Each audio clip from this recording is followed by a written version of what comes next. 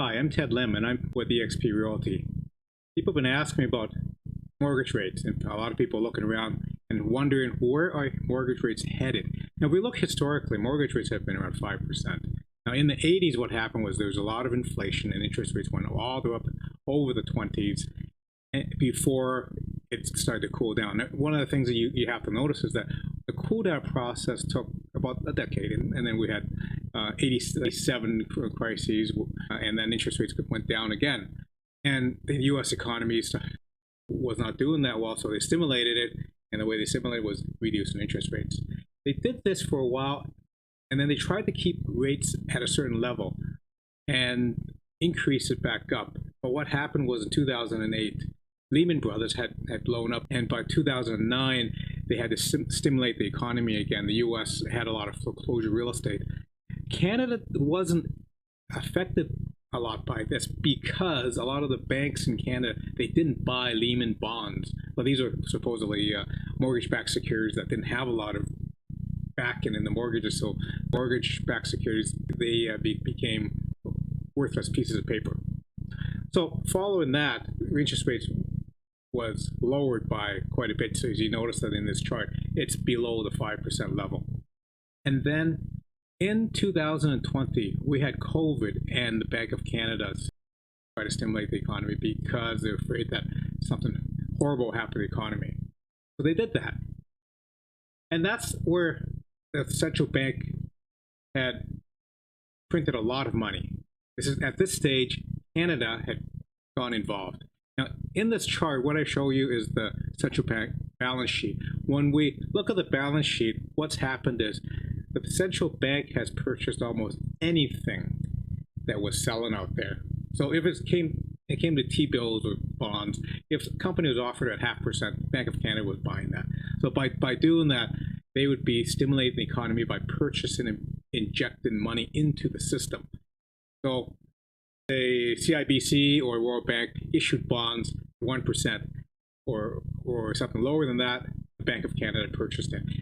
In that way, the Bank of Canada has given money to the World Bank of Canada, and the World Bank of Canada has all this money, and what do they do with this? They try to lend it out, and that would stimulate real estate. Now, if you listen to what happened with Jerome Powell's December speech, he's talking about reducing the balance sheet. Today's meeting, the committee raised the target range for the federal funds rate by a 0.5 percentage point, bringing the target range to 4.25% to 4.5%. And we are continuing the process of significantly reducing the size of our balance sheet. And that's going to happen for the rest of 2023, because this is not only for 2020, but this is something that has been going on post-Lehman. So from 2009, they've been doing this all along, and that balance sheet is kind of fluffy with so much debt compared to GDP that they would have to taper this. So if the Bank of Canada follows, and they will follow the Federal Reserve in the U.S., they would have to also increase interest rates by not buying any more new debt or reducing the amount that's on their balance sheet. So by doing so, the banks are going to be tighter. They're not going to be lending money out that easily unless interest rates are at a significantly higher level. Now, if you listen to what the San Francisco Federal Reserve says, she's looking at this as just the beginning, because they're trying to get to 2% inflation rate, and we're very far from the 2% level in the U.S. So how I think about monetary policy is there is a risk always of doing too little and doing too much. So what are the costs of doing too little? Well, the cost of doing too little is that inflation embeds itself in psychology, and you end up in a situation where now inflation is high and it's very challenging to get it down. We've experienced such an episode and done so in my lifetime. And then we had to have the Volcker disinflation, which was the necessary reaction to that embedded psychology. We do not want to repeat that. I saw the cost personally that it took on people who went from having high inflation, which made it hard to afford anything, to now no jobs, which made it hard to buy anything either. And so that's something we absolutely want to avoid. Right now, we don't have inflation embedded in this ecology, so we want to make sure that that does not happen. The cost of doing too much, of course, are also real. Those costs are, you can throw the labor market, if you overreact to the high inflation and you do too much, you can throw the economy into a troubling and deep recession, and then that's hard to come back from.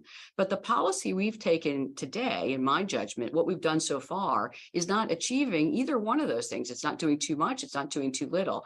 So far, what we've done, and I would call this our first phase of tightening, we have simply taken the accommodation we had offered during the pandemic out of the economy and got rates into modestly restrictive territory. This next phase of tightening, phase 2, is more challenging. We have to then figure out, and we'll do that, meeting by meeting with data dependence and looking at the risks, what is the peak rate that would be sufficiently restrictive to bring price stability back? And then we'll be in that third phase of tightening, which is how long should we hold it? And all of those things together are how I think about doing monetary policy. It's really a staged piece. We finished phase 1. We're now in phase 2. Eventually, we'll get to phase 3. But all should be assured that we're not going to be going back to these 1.5%, 2% levels of interest rates, and interest rates are going to continue to go up for the rest of 2023.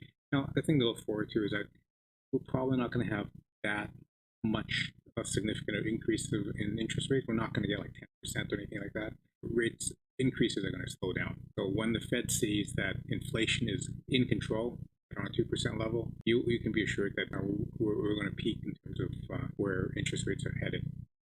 Now, if you need to sell your property or look at what your property is really worth in this market, you can give me a call. I can give you a free consultation. And the other thing is, if you're looking for properties, there are opportunities out there. You can also give me a call. My name is Ted Lem. I'm with eXp Realty.